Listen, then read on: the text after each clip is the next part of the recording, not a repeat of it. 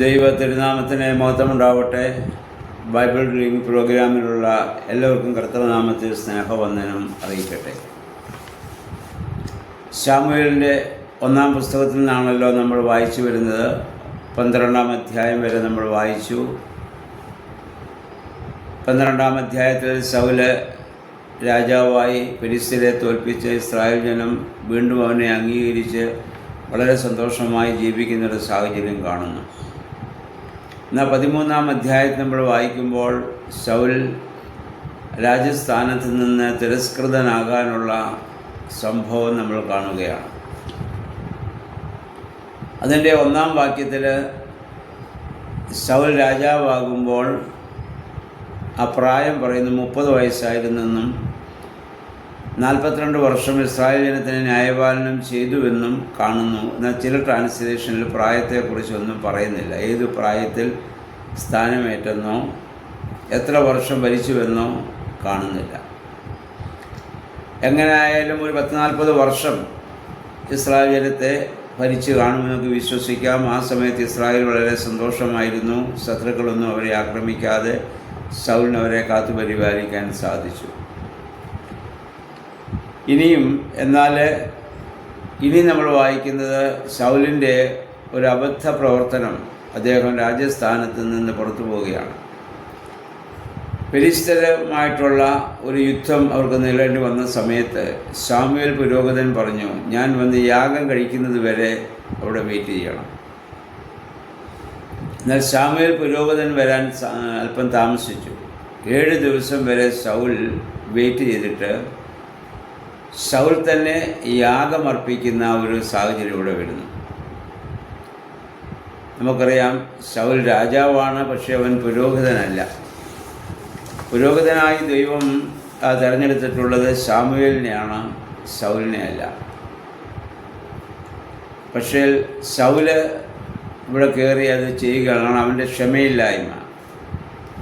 രണ്ടിങ്ങനെ ചിന്തിച്ചാണ് രാജാവെന്ന രീതിയിൽ തൻ്റെ എല്ലാ പ്രവർത്തനവും വളരെ വിജയകരമാണ്. അതുകൊണ്ട് തനിക്കിതും ചെയ്യാമെന്നുള്ള ഒരു അഹന്ത ഒരുപക്ഷെ അദ്ദേഹത്തിൻ്റെ മനസ്സിലുണ്ടായി കാണും.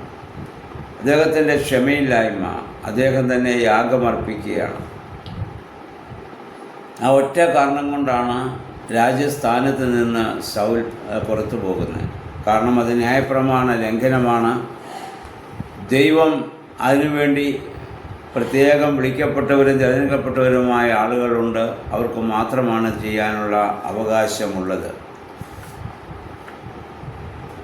ഒരു ശുശ്രൂഷയിൽ ദൈവം നമ്മെ അനുഗ്രഹിച്ചു എന്ന് വിചാരിച്ച് നമുക്ക് അവകാശമില്ലാത്ത ശുശ്രൂഷകൾ നമ്മൾ കയറി ചെയ്യുന്നത് ഒരിക്കലും ശരിയല്ല എന്ന് നമ്മൾ ഓർക്കേണ്ടതാണ്.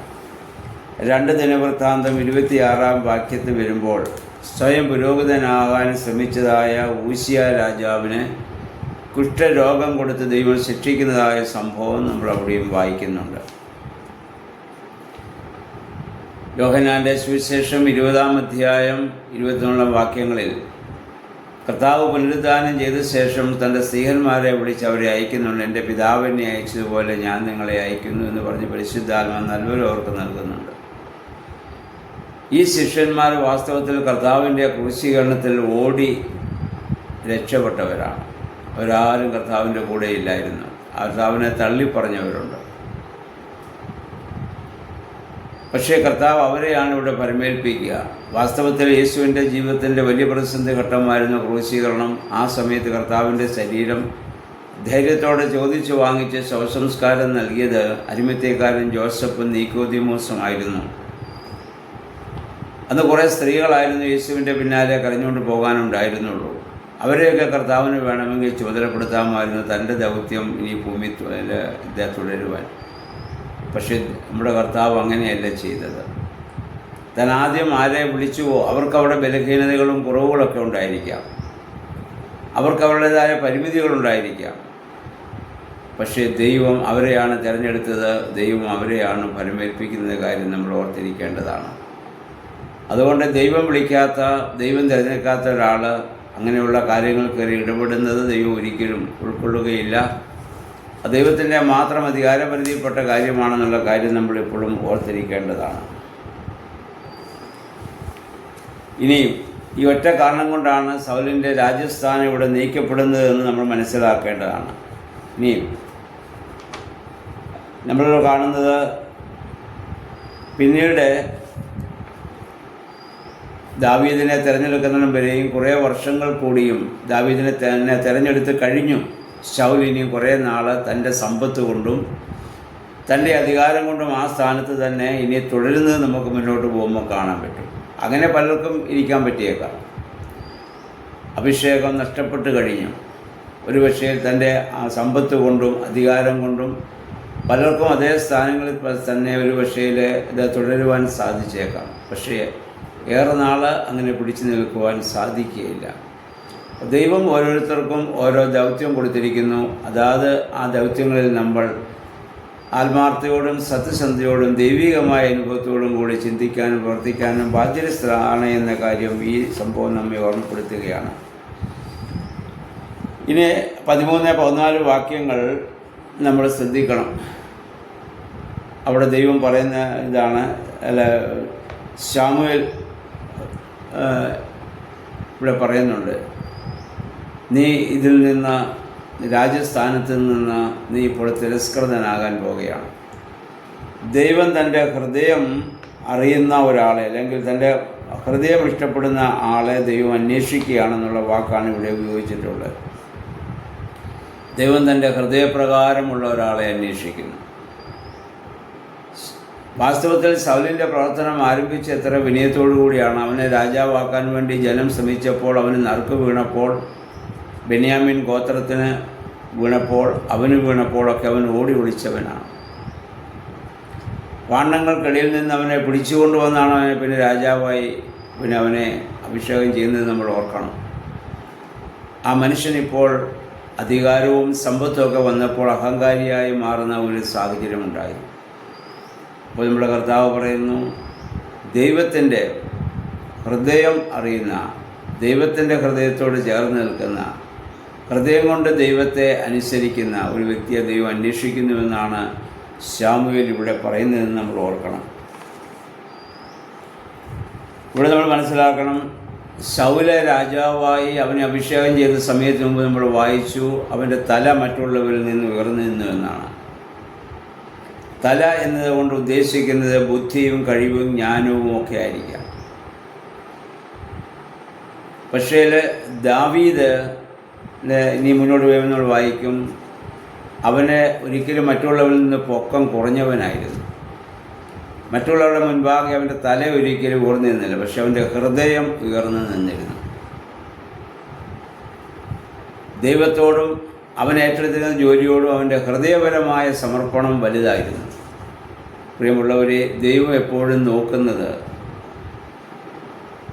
നമ്മുടെ ഔന്നിത്യത്തെക്കാൾ, നമ്മുടെ തല ഉയർന്നിരിക്കുന്നതിനേക്കാൾ ഹൃദയം ദൈവത്തോട് ഉയർന്നിരിക്കുന്നു എന്നുള്ളത് മാത്രമാണ് ദൈവം നോക്കുന്നതെന്ന കാര്യം എപ്പോഴും നമ്മൾ ഓർത്തിരിക്കേണ്ടതാണ്. അതുകൊണ്ട് യോഹന്നാൻ്റെ സുവിശേഷം 4-ാം അധ്യായത്തിൻ്റെ 26-ാം വാക്യത്തിൽ നമ്മുടെ കർത്താവ് പറഞ്ഞു, സമരിയ സ്ത്രീയുമായുള്ള സംഭാഷണത്തിൽ പറയുന്നു, ദൈവത്തെ ആരാധിക്കുന്നവർ ആത്മാവിലും സത്യത്തിലും ആരാധിക്കണം. നമ്മൾ മനസ്സിലാക്കേണ്ടത്, പുതിയ നിയമത്തിൽ നമ്മൾ ചിന്തിക്കുമ്പോൾ തല കൊണ്ടുള്ള ആധ്യാത്മികതയും ഹൃദയം കൊണ്ടുള്ള ആധ്യാത്മികതയുമുണ്ട്. തലം കൊണ്ടുള്ളത് അല്ലെങ്കിൽ തല കൊണ്ടുള്ളതും വാസ്തവത്തിൽ മതഭക്തിയാണ്. ഹൃദയം കൊണ്ടുള്ളതാണ് ആധ്യാത്മികത എന്ന് പറയുക.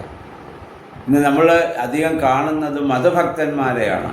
ആധ്യാത്മികതയുള്ളവരെ നമുക്ക് കാണാൻ പറ്റുന്നില്ല. മതഭക്തി മത തീവ്രവാദത്തിലേക്ക് മനുഷ്യനെ നയിക്കുന്നു. അതുകൊണ്ട് മറ്റുള്ളവരെ കൊന്നിട്ടായാലും അതൊക്കെ ഞങ്ങളുടെ മതത്തിന് വേണ്ടി ചെയ്യുന്നുവെന്ന് വിചാരിക്കുന്ന തെറ്റായ പൈശാചികമായ ചിന്തകൾ, അത് വെറും മതഭക്തിയാണ്. എന്നാൽ ആധ്യാത്മികത ഹൃദയമാണ്. ഹൃദയത്തിൽ നിന്ന് വരുന്നത് സ്നേഹവും കാരുണ്യവും സഹതാപവും അംഗീകാരവുമൊക്കെയാണ്. എല്ലാ മതങ്ങളെയും എല്ലാ മനുഷ്യരെയും എല്ലാ ബലഹീനരെയും ഉൾക്കൊള്ളുന്നതാണ് ഹൃദയം കൊണ്ടുള്ള ആധ്യാത്മികത എന്ന് പറയുക. ഇന്ന് ക്രൈസ്തവ സമൂഹത്തിലും ഇന്ന് ഹൃദയം കൊണ്ടുള്ളതിനേക്കാൾ തല കൊണ്ടുള്ള ആധ്യാത്മികതയാണ് കൂടുതലും കാണുന്നത്. അധികാരങ്ങൾക്കും സ്ഥാനമാനങ്ങൾക്കൊക്കെ വേണ്ടിയുള്ള വടംവലിയും തർക്കങ്ങളും കലഹങ്ങളൊക്കെ തല കൊണ്ടുള്ള ഒരു ആധ്യാത്മികതയുടെ ഭാഗമാണ്. ഹൃദയം കൊണ്ടാണെങ്കിൽ ഒരിക്കലും അങ്ങനെയുള്ള ഒരു പ്രശ്നം ഒരു സഭയിലും ഉണ്ടാവുകയില്ല എന്ന് നമ്മൾ മനസ്സിലാക്കേണ്ടതാണ്. ദൈവം എപ്പോഴും ആഗ്രഹിക്കുന്നത് ഹൃദയം കൊണ്ടുള്ളവരെയാണ്, ജ്ഞാനികളെയല്ല. ദൈവത്തിന് ആവശ്യം ദൈവത്തിന് പൂർണ്ണമായി സമർപ്പിച്ച അല്ലെങ്കിൽ സമർപ്പണവും ആരാധനയുമാണ്. ഹൃദയം കൊണ്ടുള്ള ആരാധന നടത്തിയ ദാവീദിന് മാനുഷികമായ ബലഹീനതകളും വീഴ്ചകളും ജീവിതത്തിൽ സംഭവിച്ചിട്ടുണ്ടെങ്കിലും അവൻ്റെ ജീവിതം വലിയ വിജയമായിരുന്നു. ശൗല ബുദ്ധി കൊണ്ടും അവൻ്റെ കഴിവ് കൊണ്ടും ഒക്കെ അവൻ പിടിച്ചു നിന്നു. പക്ഷേ അവൻ ആ രാജസ്ഥാനത്ത് നിന്ന് തള്ളപ്പെടുകയും ഒക്കെ ചെയ്യുന്ന നമ്മൾ കാണുന്നുണ്ട്. ദാവീദിന് പിന്നെ ലഭിക്കുന്ന ഭാഗ്യം തൻ്റെ കർത്താവിൻ്റെ വംശാവലിയിൽ തൻ്റെ പിതൃസ്ഥാനത്ത് കടന്നു വരുവാൻ തക്കവണ്ണം ഭാഗ്യം അവിടെ ലഭിക്കുകയാണ്. ഹൃദയം കൊണ്ട് ആരാധിക്കുന്നവർക്ക്, ഹൃദയം കൊണ്ട് ദൈവത്തിന് സമർപ്പിക്കുന്നത് അതാണ്. പഴയ നിയമം മൊത്തം നമുക്കറിയാം, ശരീരത്തിൻ്റെ വിശുദ്ധിയും ശരീരത്തിൻ്റെ ആകൃതിയും അല്ലെങ്കിൽ നമ്മുടെ പുറമേയുള്ള കാര്യങ്ങളാണല്ലോ. പുതിയ നിയമത്തിൽ കർത്താവ് ആവശ്യപ്പെട്ടത് ഹൃദയത്തിൻ്റെ വിശുദ്ധി മാത്രമാണ്. ഹൃദയവിശുദ്ധിയുള്ളവർ ഭാഗ്യവാന്മാർ, അവർ ദൈവത്തെ കാണുമെന്ന് പറഞ്ഞ കാര്യം നമ്മൾ ഓർക്കുക. അതോടെ പ്രിയമുള്ളവരെ, നമ്മൾ ദൈവത്തെ ആരാധിക്കുന്നതും അനുഗമിക്കേണ്ടതും നമ്മുടെ തല കൊണ്ടുള്ള അല്ല, ബുദ്ധി കൊണ്ടല്ല, ഹൃദയം കൊണ്ടാണ്. അതെവിടെയാണ് ദൈവം ഇഷ്ടപ്പെടുന്നത്, ദൈവം അംഗീകരിക്കുന്നതെന്ന കാര്യം നമ്മുടെ മനസ്സിലിരിക്കട്ടെ. ഇവരുടെ രണ്ടുപേരുടെയും ഈ ജീവിതം നമ്മുടെ ജീവിതത്തിൽ നമ്മൾ താരതമ്യം ചെയ്യുന്നതിനും നമ്മളിതിപ്പോൾ ആരോടൊപ്പമാണ്, സൗലിനെ പോലെയാണോ അതോ ഇനി വരാൻ പോകുന്ന ദാവീദിനെ പോലെയാണോ എന്ന് ചിന്തിക്കുവാൻ ദൈവം നമ്മെ സഹായിക്കട്ടെ. സർവശക്തനായ ദൈവം എല്ലാവരെയും അതിനെ അനുഗ്രഹിക്കുമാറാകട്ടെ.